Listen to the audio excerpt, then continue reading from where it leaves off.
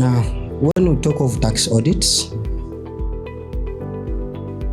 it basically involves examining the taxpayers' records, the financial affairs, to ascertain that the tax that actually been declared and paid by the taxpayer is accurate and it's also in line with the tax laws. So it's not a must that every tax audit will result into an assessment. More so if you have your records. Preparation for audits has to be embedded in the day-to-day operation of a business. When I execute a transaction, have I appreciated the value chain of that transaction? Have I documented it? When Jim comes and I've done that, what is there to prepare for? I have everything on file. But if I am preparing for these transactions when Jim and the team are present, I am probably too late for that audit. I'm preparing for the next audit because that audit is not going to be very friendly. So in the everyday operation of a business, you must prepare for an audit. Keep the documents when you execute the transactions, have the right people to support you as you do business. The process is going to involve, you're going to have the entry, you're going to have that first meeting, you're going to have a series of reconciliation meetings, you're going to, during those reconciliation meetings, URI is going to request for a lot of information which you have to give after, because the audit has to end, regardless of what. So they will give you their tentative workings.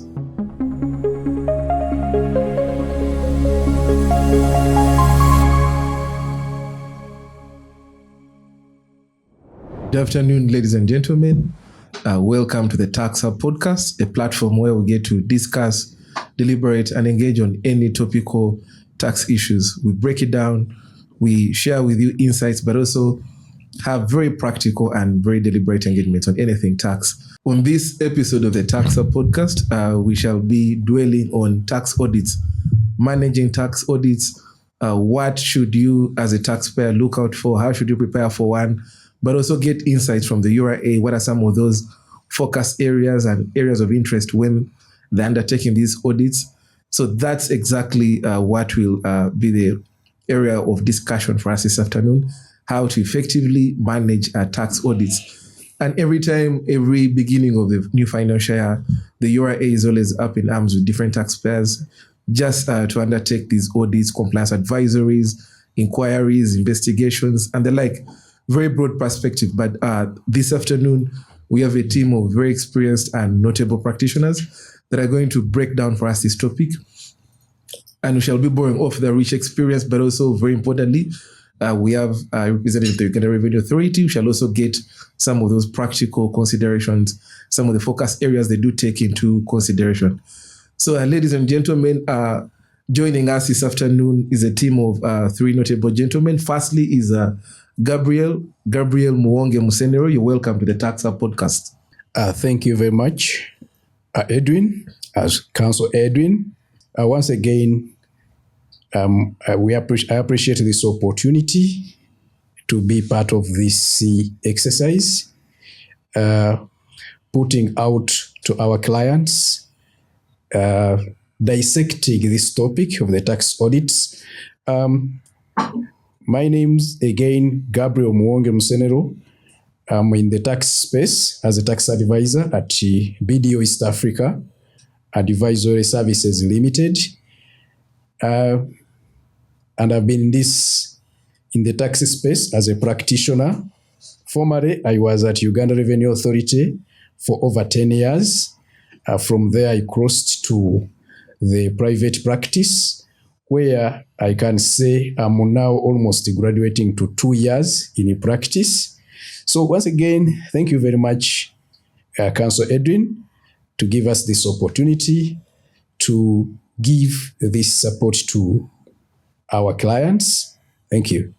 Thank you very much, Gabriel. We look forward to feeding off your rich experience.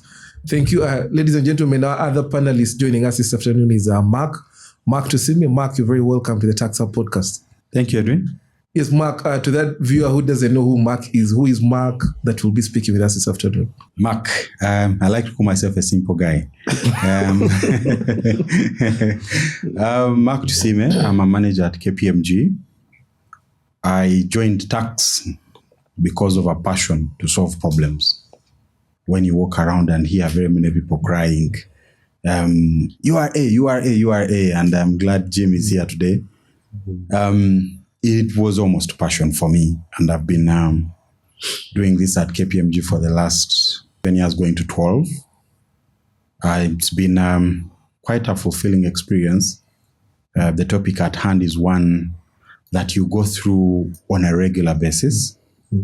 And I'm excited to hear what we have to share. I hope the viewers of this podcast, and again, we thank the Tax Hub for this wonderful idea to interact, share, and hopefully discuss things that are relatable for taxpayers, for URA, for government, for Ministry of Finance. Sharing is caring. So I hope it will be a wonderful discussion. Thank you. Thank you very much. I think Gabriel and Mark are dwarfing me. These gentlemen have decades of experience. I don't have that decade, but I'll be very happy to learn off that decades of experience. Ladies and gentlemen, the other is the Revenue Authority. We can't have a debate without taking into consideration their perspective. So it's very good to have a balanced debate, and we're honored to have our colleague Jim Kagolo. He's coming from the Uganda Revenue Authority. Jim, you're very welcome to the Tax Hub podcast. Thank you, Edwin. Good afternoon, our dear viewers. My name is Jim Kagolo. I'm a supervisor in the Domestic Taxes Department of URA. I have worked there for now 12 years, both as an officer and as a supervisor. I've been in the trenches, so I am glad that I'm going to share with the taxpayers and the viewers when it comes to tax audits. I think in my 12 years of URA, most of the years I've been doing tax audits, and I believe I'm going to share real life scenarios when it comes to this discussion. Thank you very much, Jim. We're very honored to have you, and thank you for making the time. Ladies and gentlemen, tax audits is something that seems very scary for taxpayers.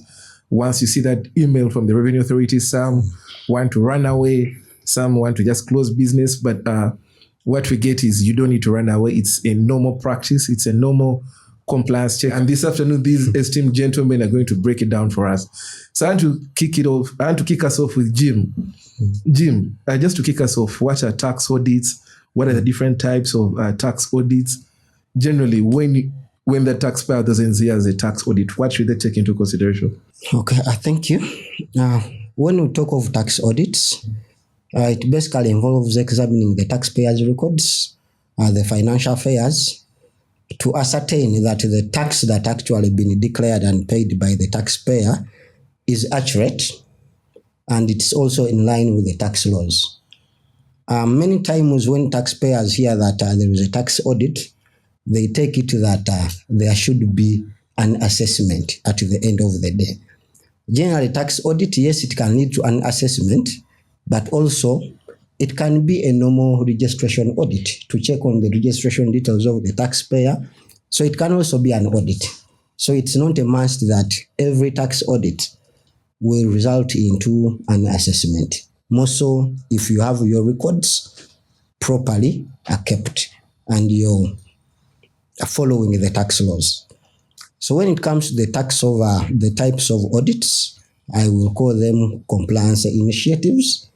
We have what we call the compliance audits.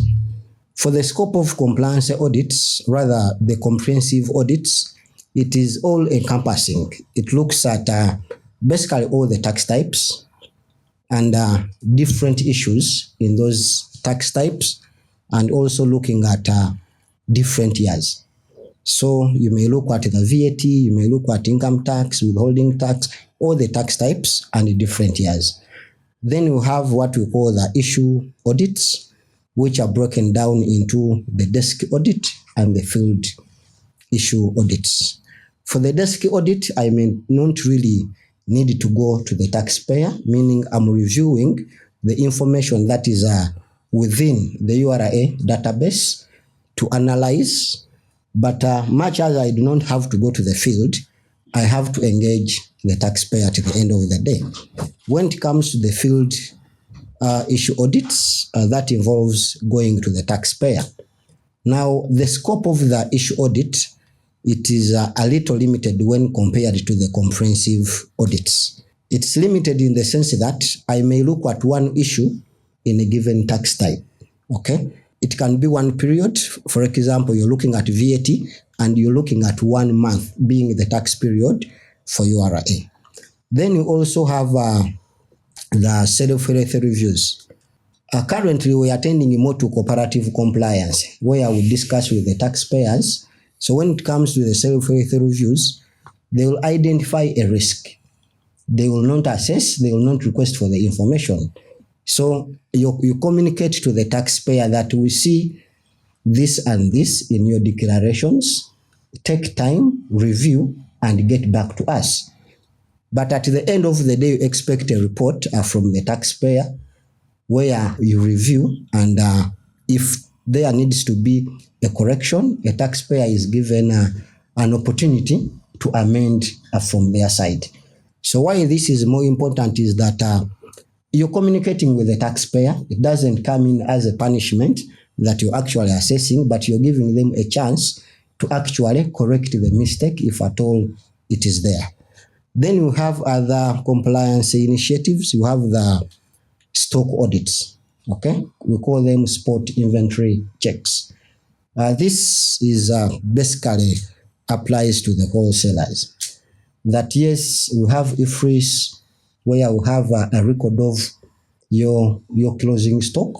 So on a given day, any URA officer can come to your premises and do a spot check on your inventory to see that what you have on ground actually corresponds with what we have in the system. Then you also have what we call the registration audits. Here I am looking, we know that when you register a company, you're supposed to update the details, including the location, the email, and all the rest. The directors have changed. And many times taxpayers shift, but they never update the details. So when it comes to the collection of taxes, you find that you cannot actually identify or locate the taxpayer based on the details you have in the system. So we normally carry out the registration audits to ensure that the details we have for the taxpayer are actually correct. More so when it comes to the contact person. These days, we communicate online. The mails, they are much quicker than the letters. So sometimes they put the emails for an employee, and when the employee leaves, they do not update. So that means when an information is being shared, it will not reach because the email is no longer in service. So we normally do that to ensure that the details we have actually can enable us to work on the mandate of collecting taxes. I will also have the investigative audits, okay? These are normally carried out by our tax investigation department. The scope for the investigation audits, I should say it is open-ended. It may not have a limit when it comes to the number of years, and also if it involves a fraud. So it can be comprehensive, it can be issue, but it is more of investigative in nature. Then we have other compliance initiatives. We have the return examination, where you're just basically looking at the information that has been filed by the taxpayer. In the last CIP for 2024-2025, we had what we called the real-time audits. That as a taxpayer files the return, you're reviewing it real time, such that if a taxpayer made an error, it is corrected there and then, instead of waiting for 3 years or 4 years, when even the information is not there.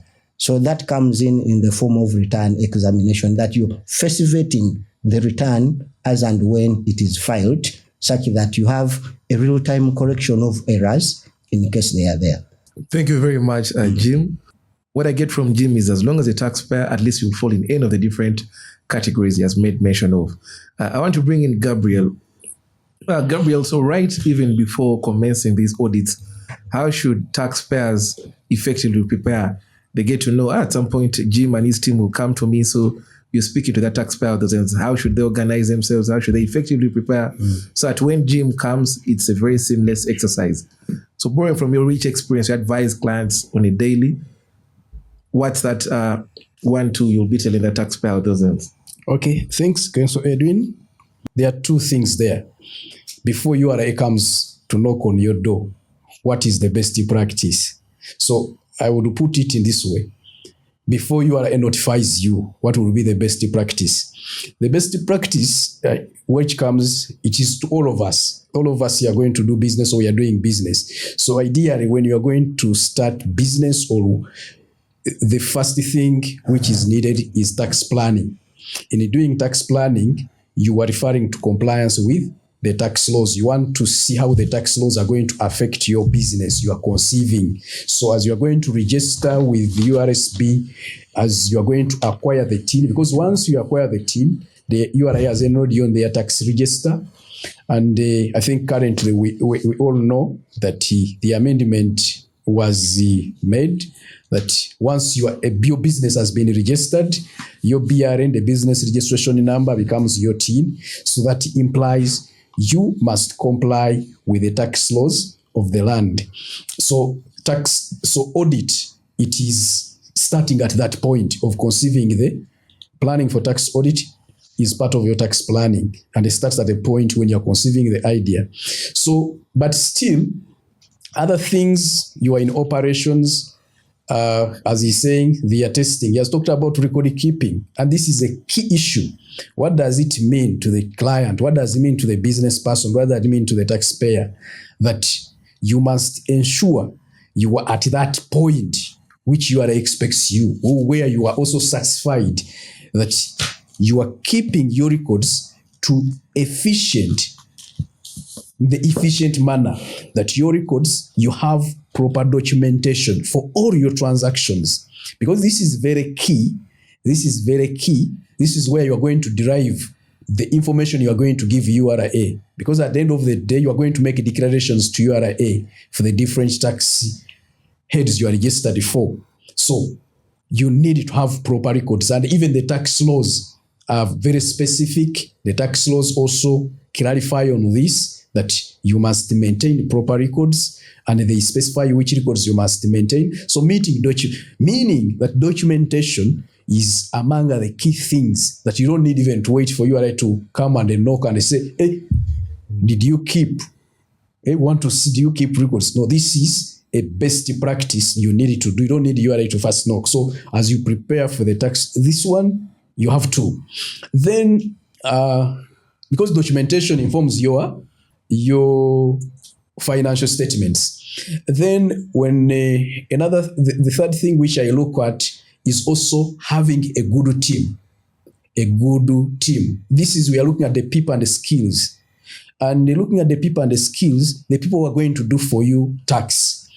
Tax has evolved. When you look at for the last 10 years, last 20 years, when you look at the tax risks that were being handled in the last 20 years, in the last 10 years, and the tax risk exposures being handled now, you can see how the tax is evolving. You can see how the amendments that are being made to address the current events. That shows to you that also you have to have a proper team at your disposal to support you when it comes to these tax matters. And the team, I know that some businesses may prefer to have an in-house team, or they can outsource the tax advisors. So, but the key thing that you need a smart tax team to do for you a good job. We normally say that when a taxman visits, we'll always not leave without anything. So, but if you have a smart team, they may also go back and they say, we went there, but hey man, we came back with nothing. So meaning you have to have a proper, if you have in-house team, train them, prepare them, give them skills to be there.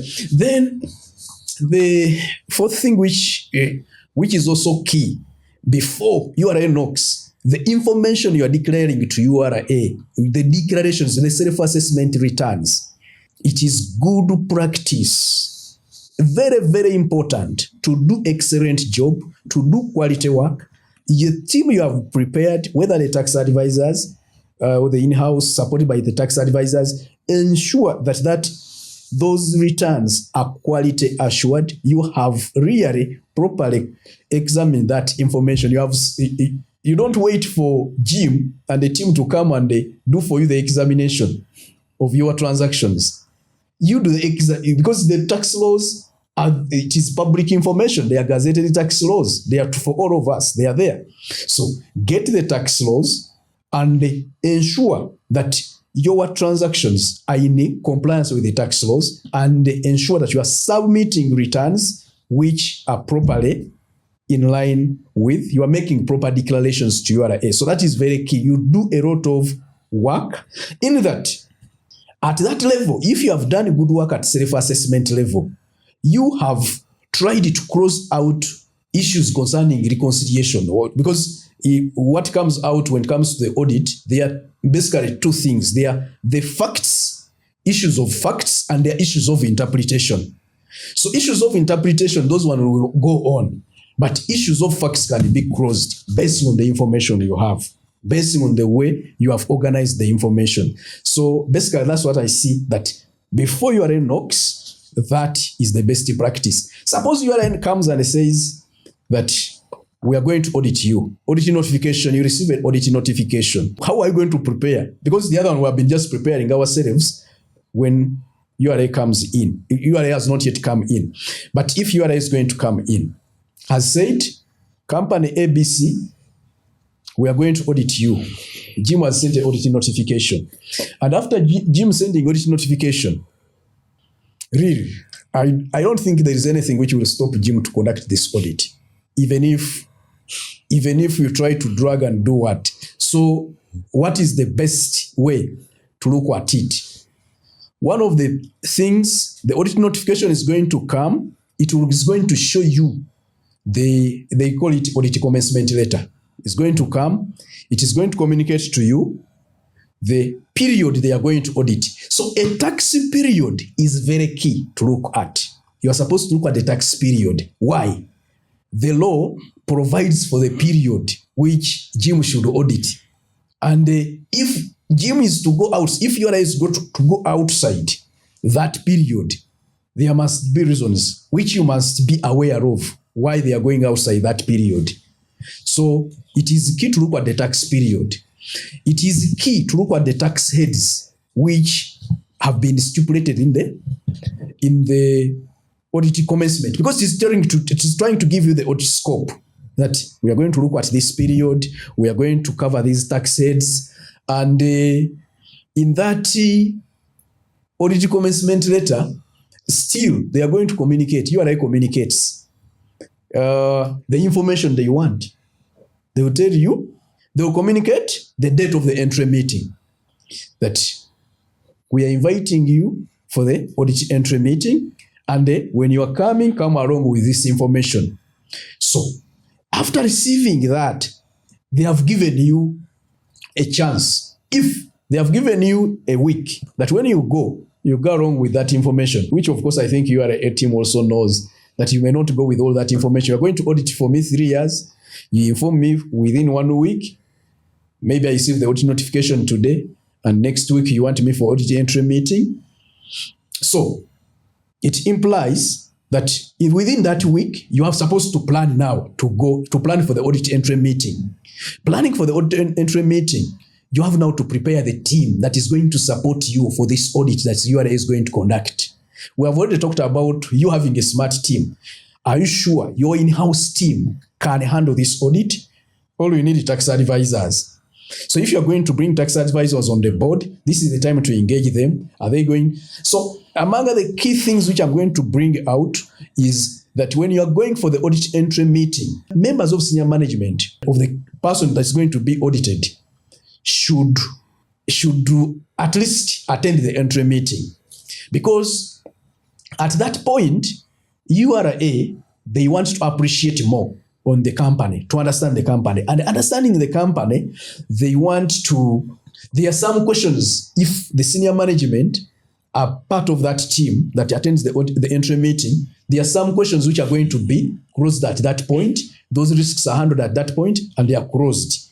But if a team that has gone there is not well versed with the company affairs, there is a likelihood that some questions that would have closed at that point are going to drag on. So basically, planning for an audit, I can summarize it in that way, that you require a smart team.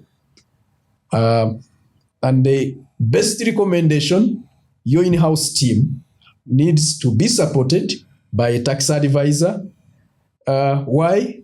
The tax advisors have experience in this. They have handled different cases, different scenarios compared to the in-house team that is limited to their employers' affairs. Thank you. Thank you very much, Gabriel. At least those were very deep insights, and we get to appreciate, and that taxpayers those ends, gets to know the focus areas and how to plan for these. So speaking of the smart teams, I want to bring in Mark. Mark, I just want to borrow from your rich experience. What has been your experience around the best practices and considerations that taxpayers that you advise on a daily should take into account before an audit commences?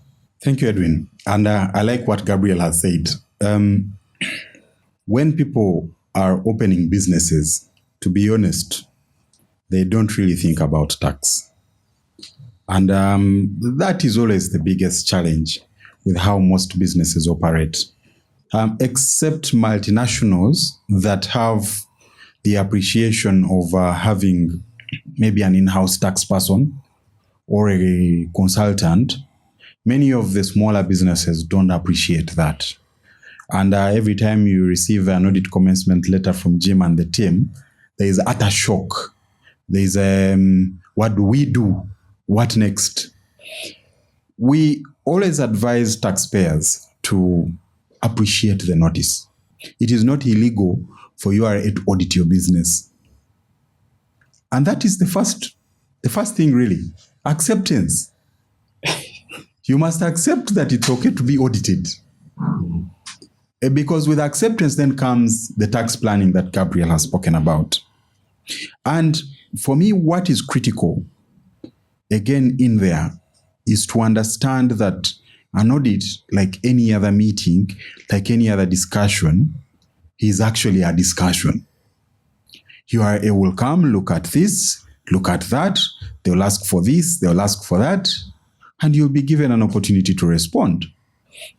So if I'm looking at preparation from a taxpayer's point of view, after I've understood what URA is asking for, the next question is, how prepared am I to respond to what they have asked for?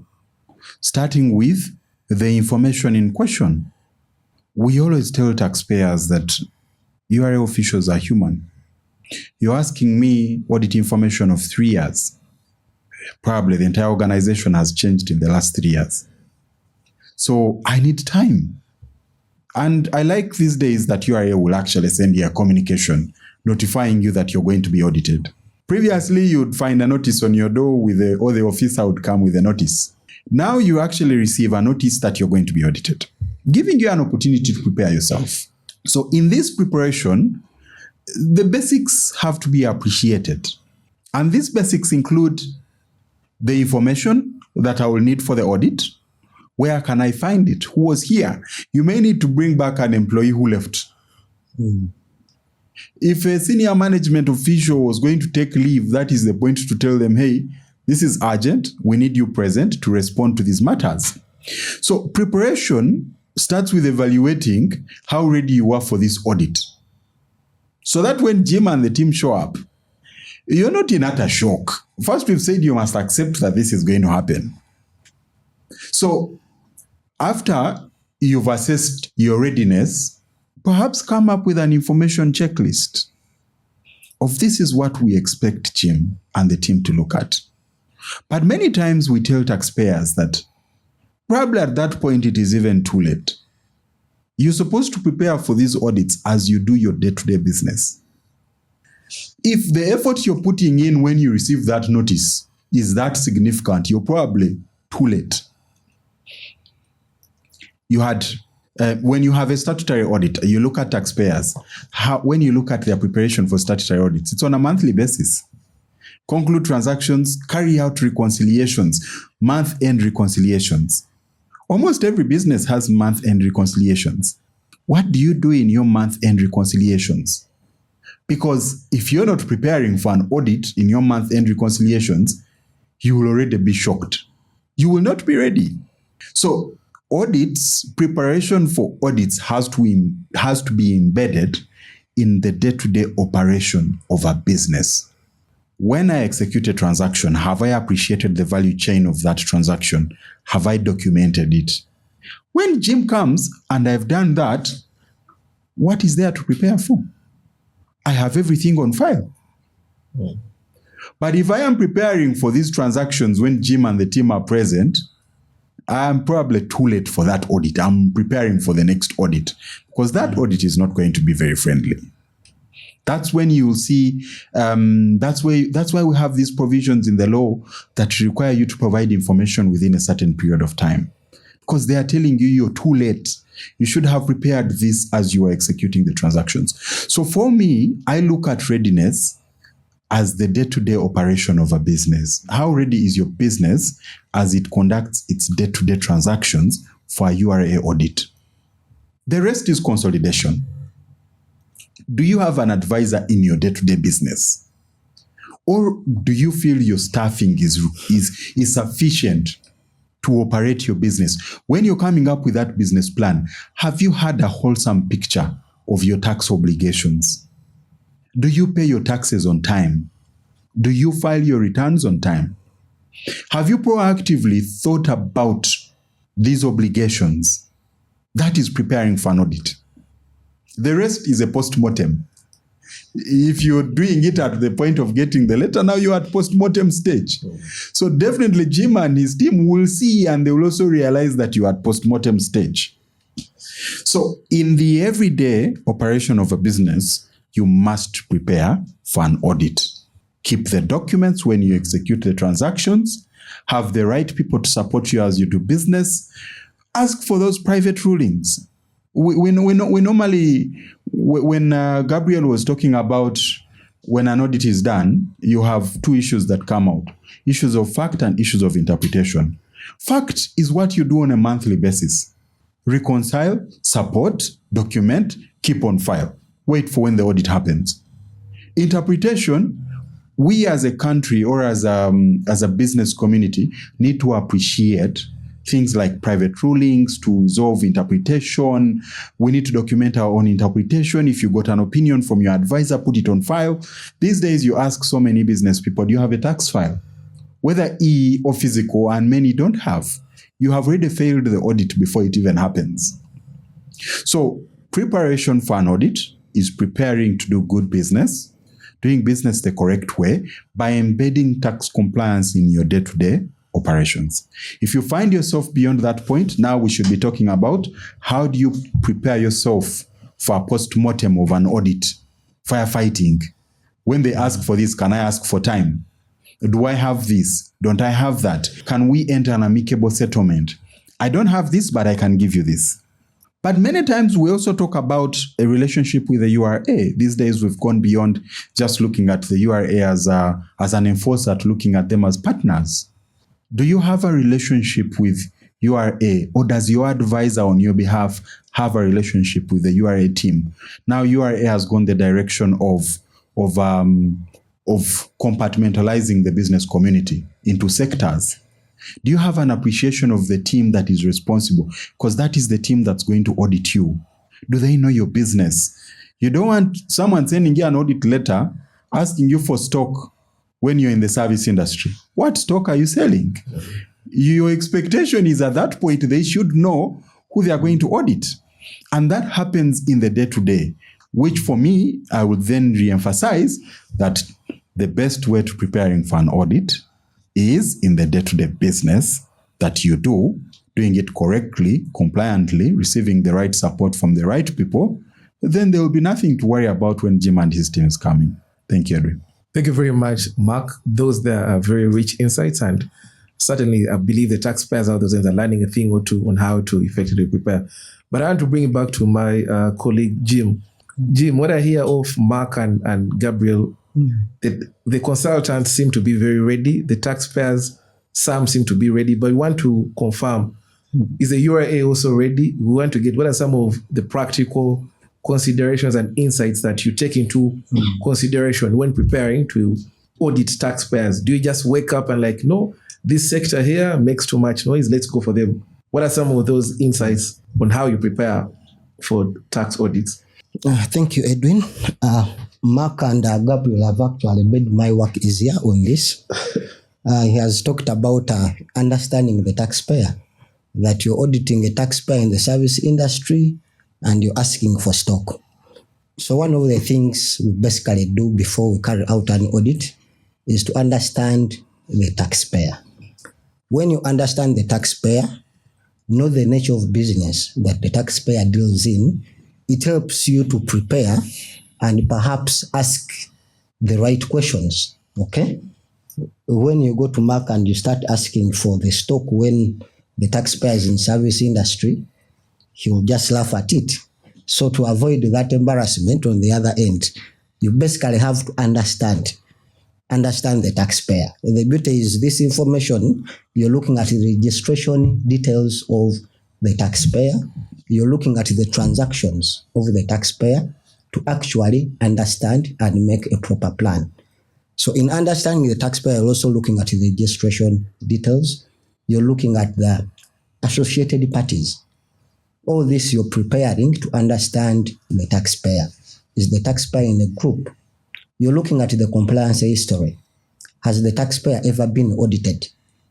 If yes, what were the issues? What were the risks then? Has he ever gone to court? If he went to court, all objection, what issue was that and how was it resolved? Such that you do not burden asking the taxpayer again on the same issue that was actually resolved. And if the taxpayer has ever been audited, you're looking at those areas that were actually audited and you carry out a post-audit review. Are these risks still manifesting in the taxpayer's declaration? So when you actually understand the taxpayer, the rest of the work will become much easier, because at the end of the day, you're supposed to come up with a plan. You're supposed to come up with a scope. Now, the scope will help you that if understanding the taxpayer will help you in scoping. If this period was once audited and these are the issues, this is how it was resolved, I do not need to go back to the same period, or I do not need to include the same risk in my plan. So what is most important when we are preparing for the audit is to understand the taxpayer. I know you may not entirely understand the taxpayer with the information you have, but at least you have a starting point.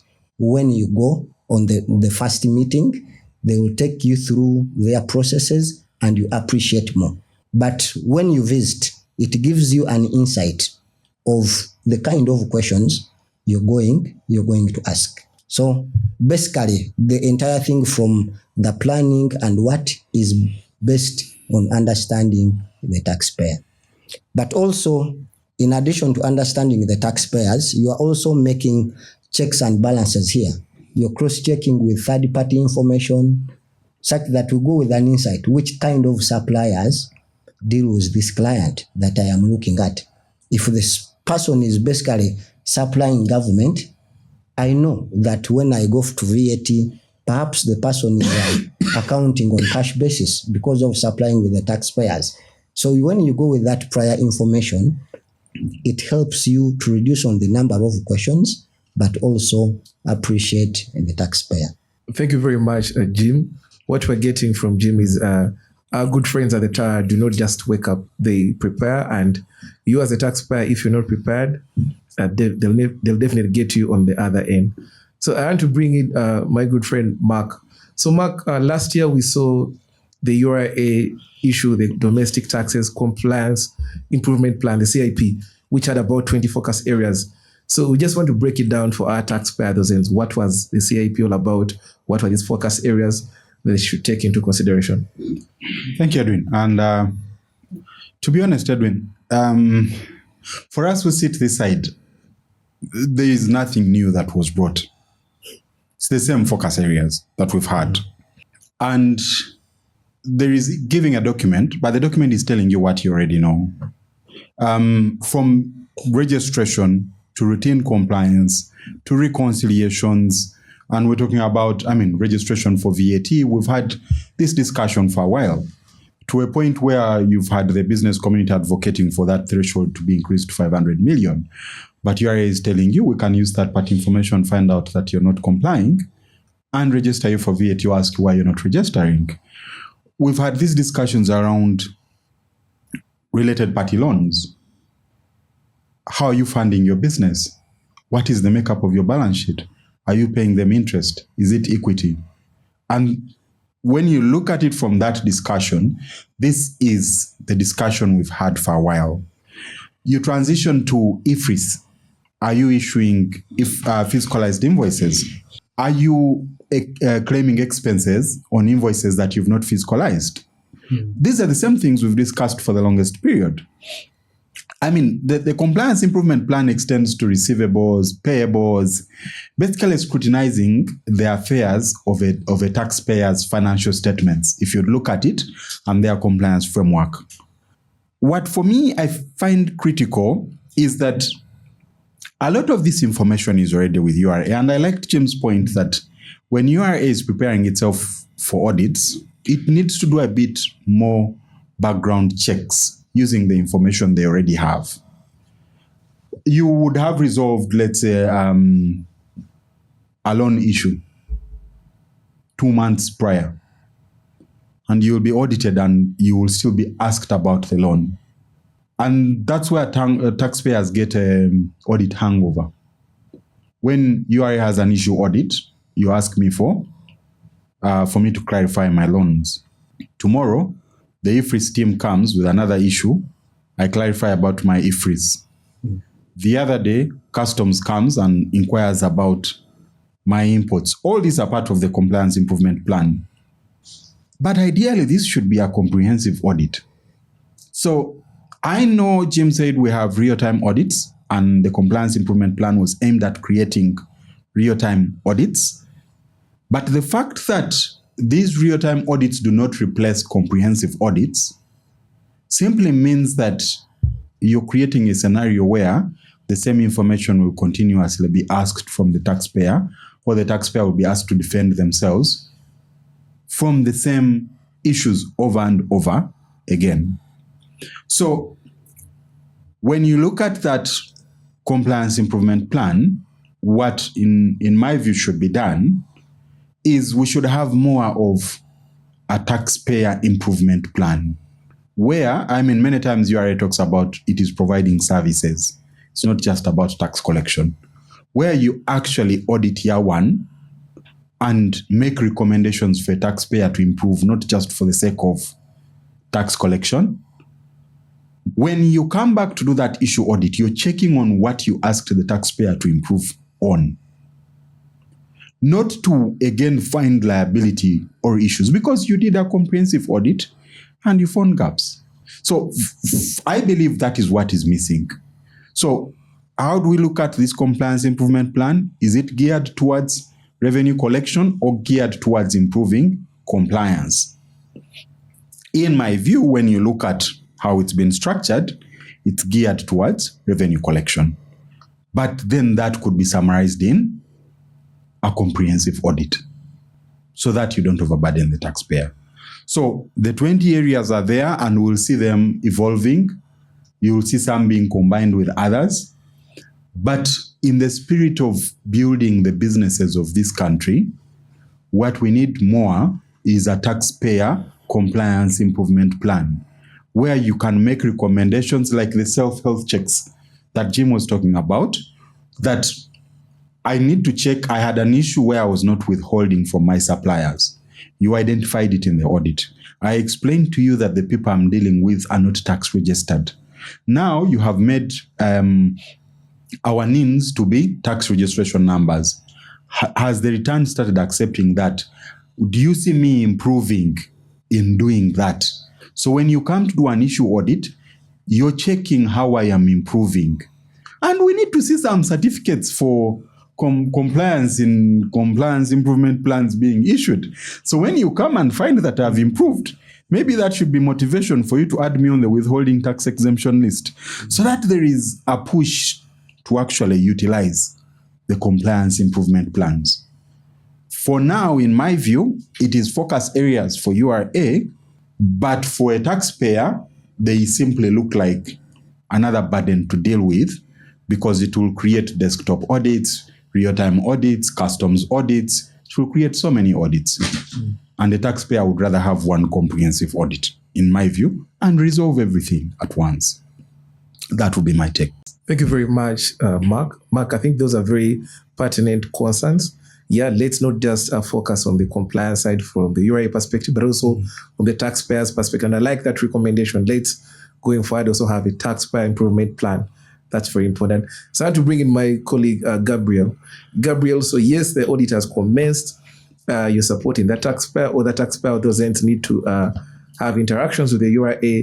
So practically, what should be any of our considerations during now the audit process? The audit has kicked off. You're supporting a taxpayer, or the taxpayers before URA or URA has come to them. What are some of those practical considerations they should take into account when interacting with the URA? Thanks, Councillor Edwin. Yeah, when an audit has commenced, URA has knocked on your door, they have brought themselves. The audit notification has been given to you, as the marker put it, that now the game of firefighting is either beginning to start, it's going to start, or it has started. So you are in it. So one of the things I would do, first, let the taxpayers understand from URA's perspective is the process, in summary, how they are going to summarize you, that process from the entry meeting to the point where they are going to exit and say actually to conclusion. Because within that process, the process is going to involve, you're going to have the entry, you're going to have that first meeting, you're going to have a series of reconciliation meetings, you're going to, during those reconciliation meetings, URA is going to request for a lot of information, which you have to give. Then URA, after, because the audit has to end, regardless of what. So they will give you their tentative workings for your review. Then after those tentative workings, they expect your feedback, that you have addressed the issues, because now giving you the tentative, remember you have had those series of reconciliations. They are now saying, we have dropped what we have dropped, but we are seeing revenue yield here from these issues. So they are giving you their tentative workings, and you are still saying, no, I'm not agreeing with this. Maybe you have those ones you are agreeing with, those you are not agreeing with. So giving them feedback, they will now reach a point to say, either we are agreeing with you or we are disagreeing with you to agree. So we do what? We are going to exit. So after exit, expect assessments and a management letter. So the audit is concluded. But within, that is the process. That is the process. But within, what are the key aspects that the client should take out or should check up within that process that are key, not to let them slide? For instance, during the process of providing information, it is very important not to volunteer information to the auditors. It is very important to strictly give the information which Jim wants. So if Jim has asked for ledgers, give Jim ledgers. Don't also send. When you are sending ledgers, again, you're also putting on the invoices and the related vouchers that he asked for information. You give him everything. He asked for expenses. No, you strictly give what Jim has requested for. So that is very key. Even within the meetings, within the reconciliation meetings. By the way, Jim is a commissioner general. These commissioner generals, when they are firing you questions during the meetings, they ask you kind of information sourcing questions. Those leading questions. You may end up shooting yourself. So you have to be very careful in their meetings. When they ask a question, you should restrict to answer their question. So that's why I talked about having a smart team, a prepared team that is going to face. Because these guys, as he put it, that the time they are going to come to you, they have also done their part. They are going to ask the relevant questions. Ideally, still you will notice that a team that has not prepared, you will not sit that they didn't prepare. The one which is prepared will ask only relevant questions, and you will really see that these guys came prepared, or they invited us when they are ready for us. Oh, these guys, they are just maneuvering. So what does it mean? That also your side, when you are going, just know, Jim has told you that the time they are going to say, yes, please come, we are notifying you for an audit, they are ready. They have done their plan. They have read about you. But as he has said, that is surprisingly, I remember there is a colleague who was asking a school was assessed, a school had the stock of consumables in the balance sheet, and that was assessed as was taken to the P&L and was assessed that they did not reflect that closing stock in their trading part of the P&L. So when we were handling this issue at ADR, one of the team members asked, the way you are explaining, you're saying this is stock of food.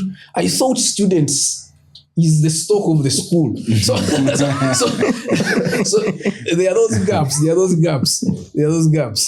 Someone thinking that students is what? Is the stock of the school. You really understand that this person doesn't understand how the school, the way you see, by the way, the education sector, but if you were to go to check out with the people there, when it comes to education institutions, there are still gaps. And still going back to within that audit process, as we have said, that don't volunteer information, be very, very careful when you are answering the team's questions. Don't only that, but at the same time, Mark already put it, that one of the other aspects that is very key, create a good rapport, collaborate with these people. He said they are human beings. They are our brothers, they are our sisters, they are our children, they are our fathers, they are our mothers. So what does it mean? They are within us. There is no big difference. So we don't look at them as, you don't look at the taxman as an enemy. Mark put it right. A taxman is a partner. Look at that person as a partner. Actually, the audit will be smooth if you have a good rapport. These people will even tell you, but if you have a challenge with this, is there an alternative? If you have as Mark put it, that if you have a challenge to support this transaction, the way we think, the way you have explained, do you have, you will start now planning with them. Is there an alternative? In that, in any case, if you were to fail, you have failed yourself, but they have done their part to see how they can support you. That one, we can attest, you guys can do that and say, no, is there anything that you can show that this transaction really happened? And if there is nothing, so you leave also their hands tied. So we need that collaboration. And lastly, which I would also bring out, that during these audits, another key aspect is, as URA is asking for information, ensure, because these audits, much as we are looking at that, the audit is going to start from the notification and it concludes with a management letter. But may not, and assessment, but it may not be the end of it. Why? you might have agreed to disagree. You say, okay, let us conclude the audit. Give me my assessments. So you have now to look for a new course of action. So if you are going to the next step of objection, just that implies that during the all of this audit process, ensure to take a record of any event that is transpiring during that process, because that record is key to the next levels you are going to. You may come around when you have put them in the corner, maybe at objection, they say, that they will deny you that meeting never happened. They are lying. And if you have no minutes, you have no record, how are you going to convince now the objection officer that a meeting occurred? So you need to have a record of all the events that have happened. If you give them information, let it be on record. If you have delivered the info, if this is by email, yes, that is okay. You have a record of by email. If you have shared information by email, but if you have shared information physically and you have taken it directly, maybe to the good enough URA now has a good process whereby the information is received at the reception, the registry. But there are points where the audit, the team is saying we are concluding, we are giving you 30 minutes. If information has not reached, we are closing within 30 minutes. So you will not be wait to take it to the registry for them to stamp for you. Now you have to deliver directly to the audit team. So if you are delivering the physical information to the audit team, make them acknowledge receipt of that information, because you may deliver it and they don't use it. And when they have not used it for you, will be saying, no, we provide the information and understand. We have a provision now in the tax laws that information not provided at assessment level should not be provided to the next levels unless where the exceptions have been said otherwise. So what does it mean? So it is very, very key to take a record of those events. So that is my take when it comes. There are very many things, but in summary, I can bring that. Thank you very much, Gabriel. Those are equally amazing insights. But I think I just need to emphasize that very last one. The record of your audit process, minutes and the like, is very pertinent, because in the consequent steps at objection level, ADR, or even before that, we've seen very many disputes just centered around that. Was the information availed? Was it requested for? What did you have? So that's very important. And to bring it back to my colleague, Jim. Jim, yes, we're speaking tax audits, but from where you sit at the tower where you, our colleagues, sit, what are some of those common audit triggers? Yeah, if you just woke up and went and reviewed the taxpayer, what are some of those common things you look out for so that taxpayers can just take that benefit? Okay, thank you, Edwin. Maybe to put it clear, eventually all taxpayers are audited. Eventually. Considering the number of staff and the number of taxpayers, it is not possible that all taxpayers will be audited in a given year. So some may be audited this year, others will be audited the next year. So all taxpayers will be audited. But when they are designing the taxpayers to look at, they look at the different risky parameters.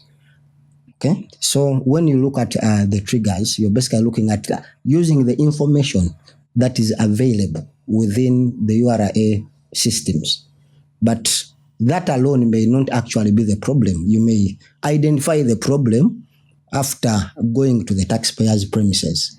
These are just risk indicators, okay? So one of the common risk indicators is we have variances and anomalies, okay?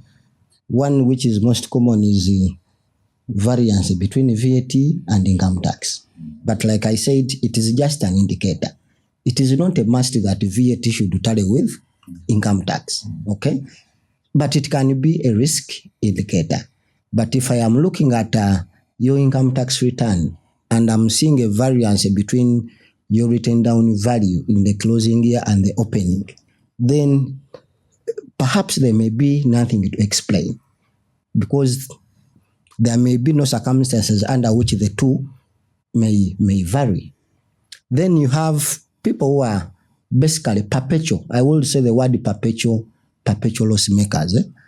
company has been in losses since time immemorial. The loss may be older than me, and you're wondering what is this purpose as to why the company actually exists. I am not saying being in a loss is a crime. It is not, but it's just a risk indicator. If you've been in existence for 20 years and you're actually not making a profit, then perhaps something is wrong. So it's just an indicator. Even URA may go there and still the loss remain, but at least they'll have the comfort that they have looked at your documentation.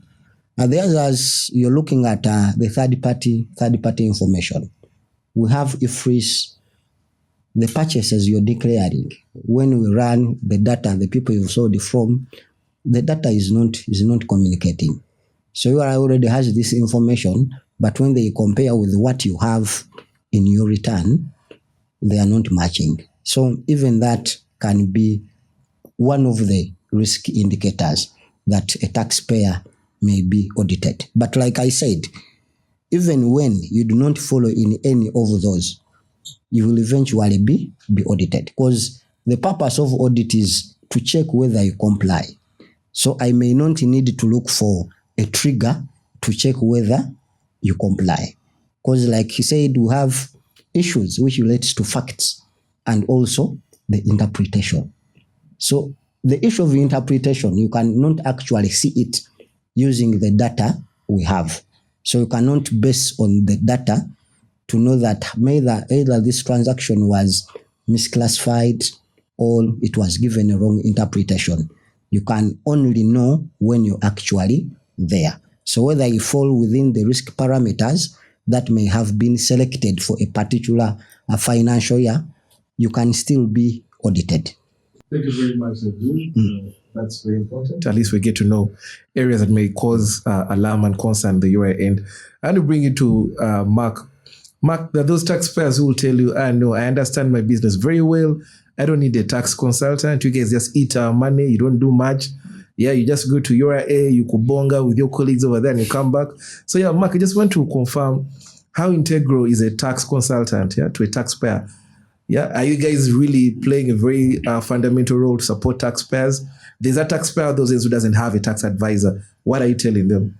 Thank you, Edwin. I think the starting point, or I believe the starting point, is how integral are we to revenue mobilization? Because if the URA does not appreciate a tax consultant or a tax agent, it is very hard for a taxpayer to appreciate them. If URA sees us as partners in spreading the compliance gospel, but also in building capacity of taxpayers, then taxpayers will in turn believe that we are actually there to add value. The rest, we can blow our own trumpet and say, hey, I'm doing this for you, I'm doing this for you. But if I can't go to URA and URA gives me the due respect, then I could as well send the client in and stay at the door. You know those instances when a lawyer goes with the criminal, but the criminal will go in the cell, the lawyer stays at the door, your counsel, you know. If I can't go with my client, or if URA makes it hard for me to be there and support my client, or recognizes that we play a crucial role, and again, tax consultants, tax agents are not perfect, but the benefit of doubt that we give clients and URA is that we've seen this from a number of points. We've seen this from different points of view. From URA side, when we're having a discussion around a different client. From the taxpayer side, when we're sitting in a boardroom and the taxpayer is trying to figure out what to do. So we have a wealth of experience that goes beyond just collection or payment. Tax agents sit in boardrooms and discuss the law. Who's correct? Is URA correct? Is the client correct? So that the taxpayer pays the optimal tax that they're supposed to pay. So we literally are middlemen. We're trying to make sure URA is getting the right tax, but also URA is not taking more than it should take from the taxpayer. And if the taxpayer appreciates that, then the rest that we say will add value. If I tell you that you need to have a compliance plan, the month ends on 30th. When do you close the month? When do you start reviewing this information? If in your organization you require 4 approvers on your bank account, why are you raising a PRN on the 15th? Where are you going to get these people from? So by default, you've created a plan that will not work. So our value goes beyond just being paid for the service to growing taxpayers' compliance. We might start maybe on day one with a self-review and you have a million issues. Then we'll make recommendations. From what we've seen from similar businesses, from our interpretation of the law, from discussions with the tax authority, this is what you should do. Not that it's gospel truth, you can challenge. At the end, I'm sure you'll see many clients tell us, you give us advice, and you put very many disclaimers. You're not telling us how this is our opinion. Of course, it's your opinion, it's your business. But our role there is to walk that journey with you as your compliance grows. Every time you ask for a tax clearing certificate and you get it, your tax advisor should be happy that there has to be something, right? The 2 of you or 3 of you or 10 of you are doing. But most tax consultants don't exist as islands. They are in organizations where you have former URA officials. Gabriel here in his introduction said he was previously at URA. Every now and then we see a senior URA official leave and cross the side. So many tax advisor environments have different points of view. Lawyers, accountants. I mean, we speak with Jim and many URA officials about what should be the composition of a proper audit team. Should it be lawyers? Should it be accountants? Should it be people who have not heard from either side, who would really need to get it from a reasonable man point of view? So tax consultants have that benefit of providing value-adding information to both sides. A client may not know how to explain something to you. And like I said, many of them know how to make money. I buy A, I sell to B, I sell to C, I make a profit. URA is now saying, give me 30%. And this lady or gentleman is saying, why? So who's supposed to explain the why? You know? So URA will explain the why, but it's URA that has said, give me the 30%. So they will not believe whatever URA is saying. So the neutral party then becomes the consultant. So we are big on tax education. We are big on building relationships with URA. But we are also big on explaining URA's decisions to clients. Because many clients don't understand URA communication. And you can want to blame them. You can say ignorance is not defense and all these things. But the reality is businesses must operate in an environment where they have appreciation of what's going on. That's what I would say, Edwin. Thank you very much, Mark. Mark paints a very clear picture in terms of value addition. And you as a tax payer presents, it's very imperative of you to have a personal tax consultant. If you can have a personal doctor, you can have a personal lawyer. In this day and age, certainly it's very, very imperative and important of you to have a personal tax consultant. Mark and his colleagues at KPMG are ready to support you. Gabriel and his colleagues at BDO are readily there to support you.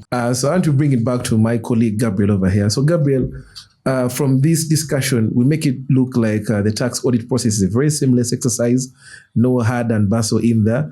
But I just want to pick from your rich experience. Have there been any challenges taxpayers encounter throughout this tax audit process? And if so, what are some of those challenges taxpayers encounter? Yeah, thanks, Edwin. As you have put it, that so far, what we have heard from even our colleague here, the Commissioner General, looks like the audit comes with the objective of compliance, but behind it, the major objective, there is revenue behind it. There is tax revenue needed. And this is where challenges would come in during this audit process. So it is not seamless as you may perceive it, or as we are putting it. It has gotten challenges. But at the same time, the challenges are not one way. They are two-way fold. They are on the side of the taxpayers, the auditees, and also on the side of the auditor, the URA. So starting with URA, you find that the challenges which affect the challenges from URA affecting the auditee, the taxpayer, one of the challenges we note is the cost involved. These audits carry a lot of time, require a lot of time and money, because as we have put it, that the taxpayer is going to look for the services of the tax advisor. And looking for the services of a tax advisor, that implies money. At the same time, the client or the taxpayer has to put in other resources in terms of time, committing, first put aside other duties. Because much as URA has come in, but remember these people have their routine works, routine duties. Their team is going to first say, my finance team, let us first focus on URA. The URA auditors are here. Let us first get this out. So they are going to put work on a standstill so that they push out this audit for URA. So it comes with a cost to the client. And the cost doesn't stop there. Also the assessment, the additional assessment. Yes, the additional assessment indeed may be right, and the client is agreeing to it. But the challenge is that in terms of cash flows, the client is going to be affected. Imagine raising additional assessments for the last, say, 10 years, last 5 years. You are assessing this person. You are telling him, in the last 10 years, we are in 2025, that in 2016, we have established there is 1 billion which you didn't pay. And that 1 billion of principal tax comes also with related interest.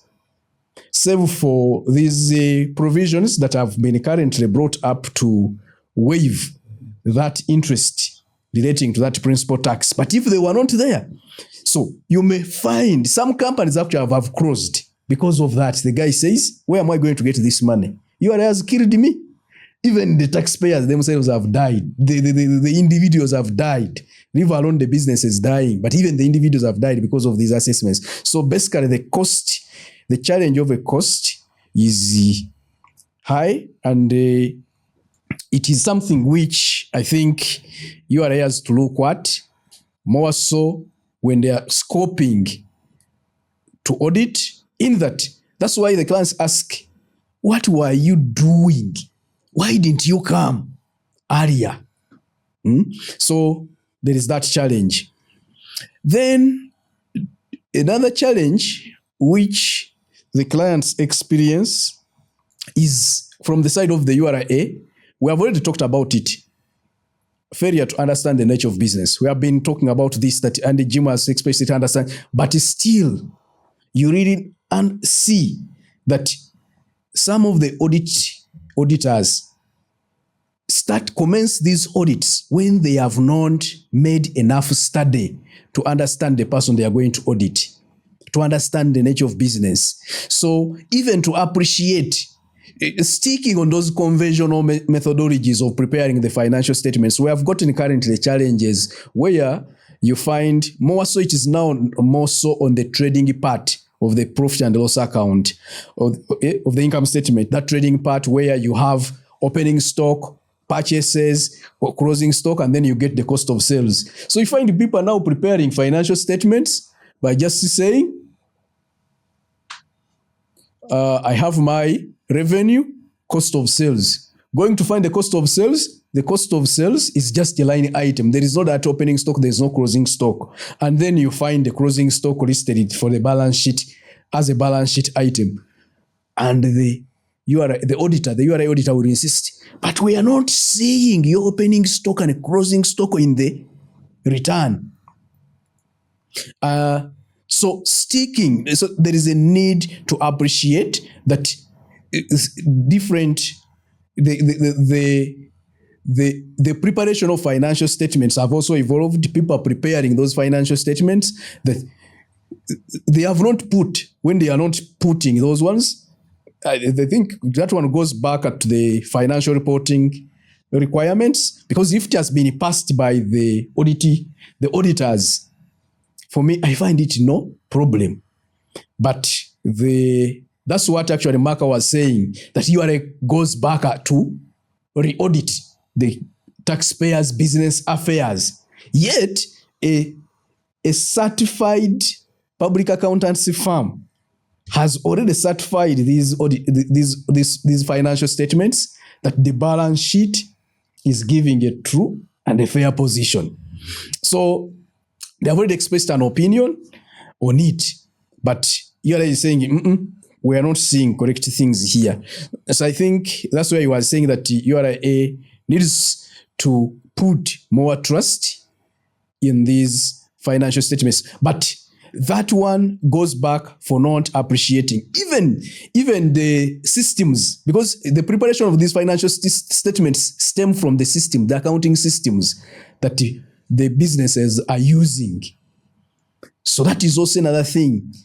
So if someone is using a type of an accounting application which you are not private to, you need to put in more time. We had one which dragged on, and we had to request the auditors to go to the client's premises to really understand. The client said, let them come and I show them what we are saying, so that they really see our system. Our system is advanced. So good enough, they cooperated, they came, they appreciated, and the issue was resolved. So understanding this one is costing a lot. And not only that, we are also seeing another challenge which is also coming from URA to the taxpayers, is that spirit of conducting the audit for the purposes of tax correction. You are looking for revenue, not the primary focus of saying, no, we want to see your compliance levels. Really, which we are saying you are compliant. Are you really compliant? But when you come with objective, let revenue yield be secondary. That the primary is to test the compliance, and the revenue yield comes as a secondary, that as a byproduct. As we were testing these compliance, we ended up collecting 5 billion from this client, and the client didn't. But when you come with the objective of saying, I want 5 billion from this person, so the audit drags on. That's why you find the client is resolving this, then the auditor switches the shift the goalposts. So he's trying to turn around, and as he's asking another question on the same issue, he's now trying to say, okay, you have explained it that way, but when I test it this way, it shows something different. You get? So there, it creates a pain. The audit is not getting completed. Why? Because the man is seeing there is no revenue, but he wants revenue, and that is one of the challenges. And because the focus is on revenue, and then on the side of the clients, the biggest challenge of the clients is on record keeping. This one is our song. It is our song. Record keeping is the biggest challenge on the side of the clients, because what we notice, why sometimes audit drags, it's not because of the URA audit team. The audit team says, we want information. This one, I experienced it when I was in URA myself, and I've experienced this side when I'm a tax advisor. I was asking a tax advisor while at URA, give me information. The tax advisor was like, man, I'm also waiting. Management has not yet given me information. I was like, you are just joking. Bring information. We dragged the air, but I can say still that some clients have that weakness. You ask for the information, and the information is not readily available. And the auditors are saying, you are the one who is not communicating very well with the client, but you have communicated. The client is saying, we are sending, and the information is not coming. So there is that big challenge on the side of the clients, because at the end of the day, someone will ask, like, if you have audited accounts, how did you come to have the audited accounts if you don't have records? So we need to as the taxpayers, we need to address that challenge, because that's why we are seeing a lot of where the URA makes those amendments towards the information and records. It is because of that challenge. If we were giving information on time, URA has asked this, we give the answer. These audits will be completed within. Jim knows that the audits have been given their time frames in which they are supposed to be completed. But at the end of the day, sometimes the auditors are also forced to give a benefit of doubt to the client, to give more extensions so that the client can give the information to reduce on the tax liabilities. Thank you. Thank you very much, Gabriel. And as we wrap it up, all right, I want to bring it over to my colleague, Jim. Jim, maybe from where you sit, there are very many mistakes that taxpayers make on a regular, throughout this whole audit process. So what are some of those common mistakes you've seen as the regulator, and how can these mistakes be addressed in this audit process? Thank you, Edwin. Mark here and Gabriel have actually hinted on some of the mistakes taxpayers make during the audit process. He has talked about information sharing. The audits that URA undertakes, they are basically information-based. You're supporting the transactions that are either reflected in your return that you have filed or are included in the audited financials. Now, the role of URA is to actually validate those that information that has been given. Normally, taxpayers, all the information you have in there is what I have and it has been certified. Yes, we agree that the law talks about taxation should be in line with the general acceptable accounting principles. But key to note is that some of the allowable deductions for tax, rather some of the allowances, the deductions that may not be allowed for tax, are actually allowable when it comes to accounting. So if you've expensed something in your audited financials, I need to actually validate, is it allowable for tax purposes? So most of the times when you ask for information, like he said, yes, they will say, but the auditor has looked at this. But the purpose of the external auditor or the internal auditor was to prepare the audited financials following the gaps. The role of URA is to actually look at the same information and assess the tax. So we normally get that challenge that the taxpayers do not actually share the information. Mark talked about it that as they are preparing their daily records, they should incorporate in the tax element. Because if you come here today and you're asking for information for last month, why should it take 2 months to be provided? Because you filed a return basing on that information. If it's not forthcoming, then what exactly are you doing with the information? It is a clear indicator that when we are preparing that information, you literally didn't put tax into consideration. That's why there are those delays. And we have the laws that have come in place that if you don't provide information at this point, then you will not provide it at objection, you will not provide it at ADR. Many think that when they do not provide the information, when they hold the information, that the audit will not be completed. The audit can still be completed, but it is putting you at a disadvantage. Where you can support something, support it at that point. Give the necessary information. He talked that he only gives information that has been requested by URA, to be specific. But the question is, yes, I may ask something, but then there is some relevant information that is key to addressing a certain risk. If you have it at your disposal, much as it is not requested for, bring it at that point. It will save you the burden of going through the other process of objection and what. And Sometimes taxpayers share information that you've requested for the ledgers. He gives you something that even the taxpayer himself cannot interpret. So when you ask, I shared the ledgers, but you cannot make sense out of those ledgers. The other common mistake that taxpayers actually do, we talked about it, it is acceptance. Okay? See, the moment you do not accept that the audit is being undertaken, you're not going to give it the attention it deserves. Many think it is always a witch hunt. So and so reported me. My competitor reported me. Why are you here? Why are you not auditing my competitor? Taxpayer information is, we cannot share it with everyone. If I audit Edwin this year, I'm not going to tell Edwin that I actually audited Gabriel, because you're not privy to that information. It is confidential to that taxpayers.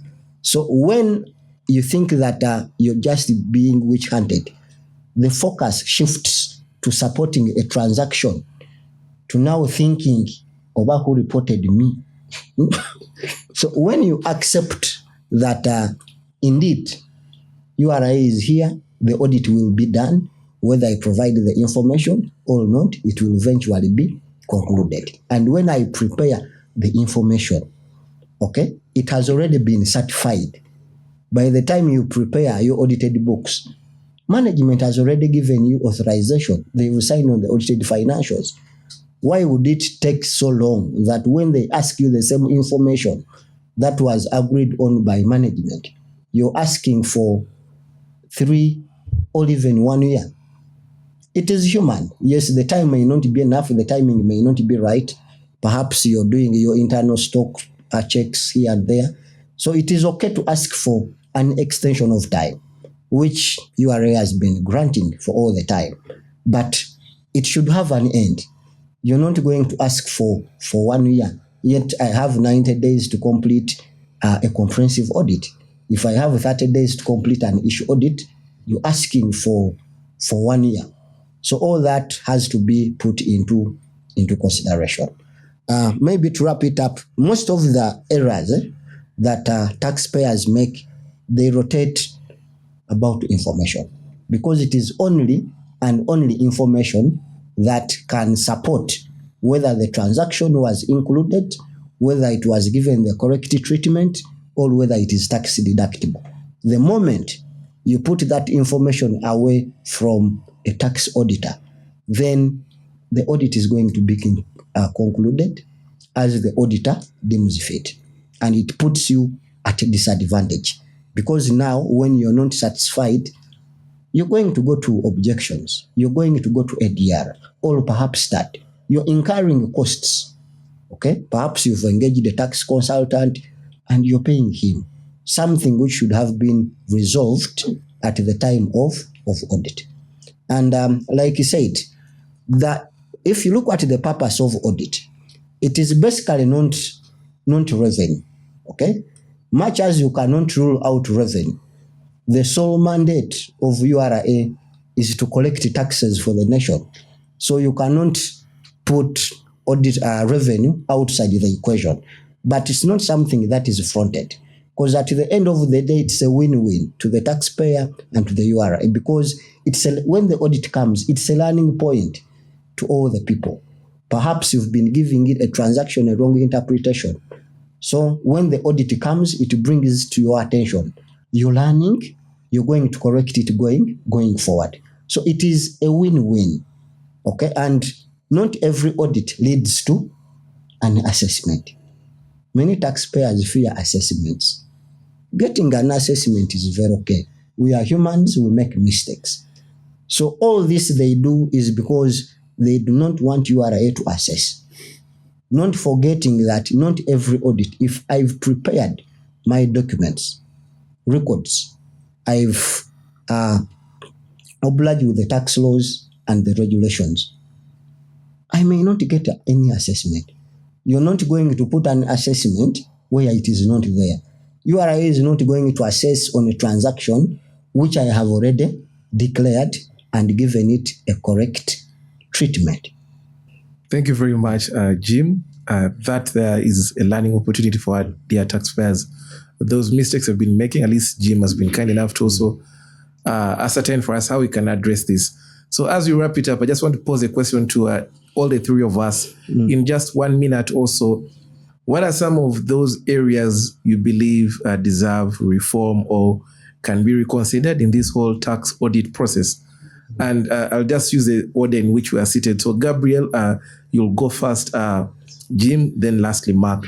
So Gabriel, what's your 1-2 areas you believe in this whole tax audit process deserve to be reconsidered, deserve to be reviewed? Yeah, for me, to wrap it up, my take, I'm going also to go a twofold on the side of URA and on the side of the taxpayer. I will start with the taxpayer. My take on the taxpayer is one, I will again re-emphasize what we have been discussing. What has been common is the information, the record keeping, that is a major driver, is the game changer for the tax audit. That is the first thing the client has to look at.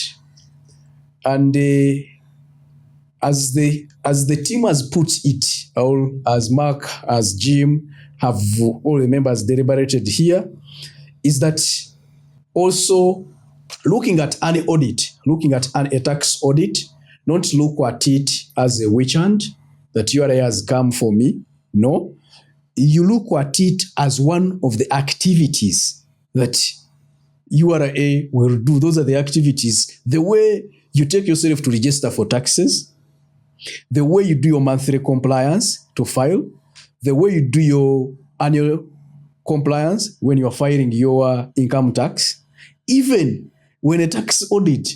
So have it expected. Anytime URA can come and they say, we're going to audit you. The way you see we have a saying here that if you want to eat chicken, never mind. Don't even when they say when you want to eat food, don't bother to go where it is prepared from.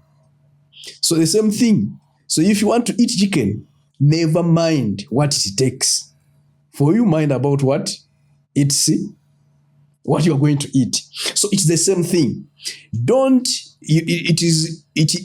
It may not be good for you to put more concentration on how URA is going to select you for an audit this year.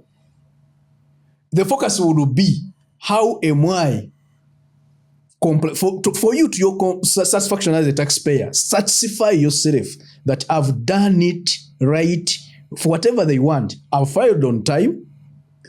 I've paid tax on time. I've made sure that the expenses which they say, these ones, the tax laws don't allow them, I've disallowed them. So I've made everything. Let me wait. When they come for me, I'm ready. So always be ready. Like they call them ready ants. Always be ready for URA. That would be my advice to the taxpayer. Always be ready like a ready ant. Then for URA, when you look at URA Commissioner General, sir, the issue is not the issue, as we are saying, much as we said firefighting, but tax audit is not a battle. So the focus of looking at as a tax audit as a revenue collection measure, much as the mandate is to collect revenue, but we should look at that the tax audit is there to enforce compliance, and the revenue yield is a byproduct of it. That if I go into this audit today and I find the tax, well and good. If I don't find the tax in it, there is a possibility that, for instance, if I found someone who is making a loss, I will not fight to remove that loss so that I get tax. I may just look at which drivers are causing this loss. And if the drivers are genuine, you keep on monitoring that loss and you understand that within maybe 2 years, this person is going to be in a position of paying tax. And if this person after 2 years is within a loss still, you go back and check, but we expect revenue contribution after 2 years. Why are you still carrying a loss? You get? So we look at that, but at the same time, URA, I think, has to come out. This is an appreciation to the tax hub for giving this platform of tax education to a wider scope of all the taxpayers. And I think URA needs to embrace such initiatives in that they come out into this space to help clients. It was a good initiative to give that compliance improvement plan, to publish it. I don't know when the one for 2025-2026 is going to come out and be published. It is good. It helps the clients to understand what your focus areas, but at the same time, as Marka put it, that let us focus on improving the compliance of the taxpayers by looking at you call it what? Taxpayers improvement plan, not CIP for revenue collection. Thank you. Thank you very much, Gabriel. Those are very rich insights, and we believe, they speak to the areas that deserve recommendation and reconsideration. So I want to bring it to my colleague, Jim. Jim, you sit at the tower, but what are some of those areas you believe in this whole tax audit process deserve reconsideration, deserve amendment broadly? Thank you. I'll speak more on the side of the taxpayers. One, we need to appreciate that paying tax is a constitutional mandate. As long as the constitution is still there, we shall always pay tax. So once we have that at the back of our minds, then the way you perceive the tax audits is basically going to change. Because when URA is doing its mandate of collecting taxes, it will eventually carry out the tax audits. So on the side of the taxpayers, let's be positive. I am equally a taxpayer. I pay as you earn every month. Even when you complain, it's a constitutional mandate. I cannot do away with it. So let's be positive, okay? Tax comes out of the transactions we take. As long as you have those transactions, just pay the right tax and be positive about the tax. Everything about the tax audits, whether you're being witch-hunted, all that will change. On the side of URA, yes, I appreciate. You talked about being audited for 10 years. If you audited for 10 years, perhaps you ate all the profits. Okay. There are times where I have dry spells. COVID, people were not working. Perhaps the person ate all the profit then. So if you assess now, maybe yes, the person may agree. But when it comes to the issue of the cash flows, will the person be able to pay? So I appreciate that URA has come up with a real-time audits to address the issue and also to reduce on the penalties. So the fact that you're having a limited scope in terms of the number of years, it reduces on the areas, it reduces on the issue of Gabriel not going to TAT. Because the intention is actually for URA is not to actually collect the tax, is to make sure you comply with your constitutional mandate. Because at every level, if you're given a management letter to audit, the last part will be, if you're not satisfied, you have a right to object. And they will give you the objection process. Now, because their aim is not to actually collect the tax. Yes, they want to collect the tax, but only what is collect and due. That's why they give you that option that in case you're not satisfied, go to objection. When you get a letter from objection, they will tell you in case you're not satisfied, go to ADR. ADR will tell you, in case you're not satisfied, you have that at your disposal to run it to. So ultimately, it is being partners in this journey of collecting taxes. The moment we are partners, we understand the taxpayers understand URA as a partner, not as an enemy or as a person who just wants to close the business and kick people out of the business. Then we shall have a smooth audit process. Thank you, Edwin. Thank you very much, Jim. Those equally are very wonderful insights, and we hope taxpayers take a very good listening ear.